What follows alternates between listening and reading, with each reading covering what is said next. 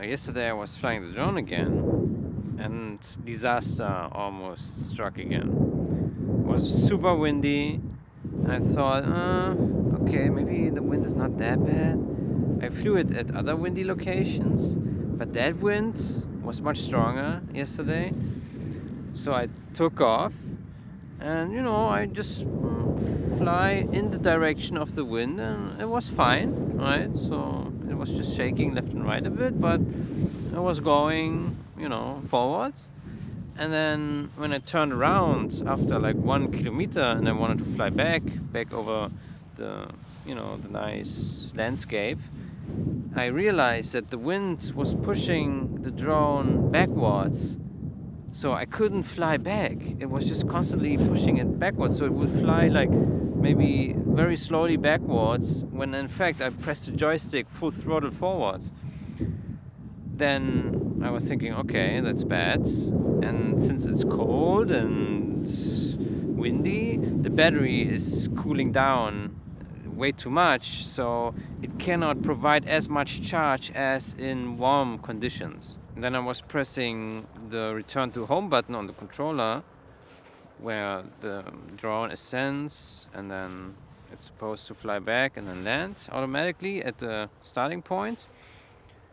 And I was doing that, and it was ascending, and then it was flying back to me, but at a very slow speed. Maybe, I don't know, maybe like this.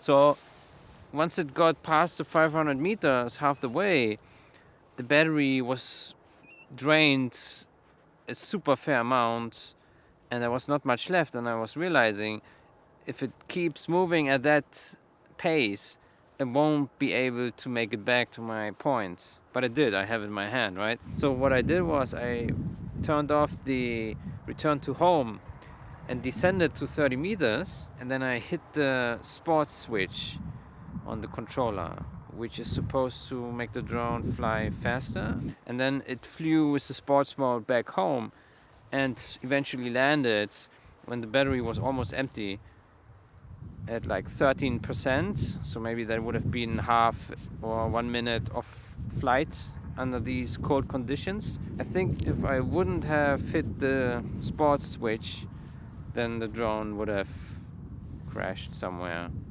and I wouldn't have been able to retrieve it. I think it was not possible to land anywhere because everything further was kind of blocked by view. So if I would have flew down somewhere, I would have lost the controller signal, so I couldn't have landed it on a proper spot.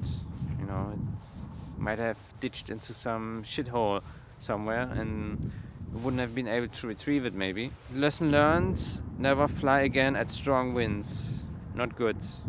Way too dangerous, so I won't do that again. Only at these conditions with light wind, then it's fine. So yeah, the wind really is a problem for the mic, for the drone, for the hands, for the face.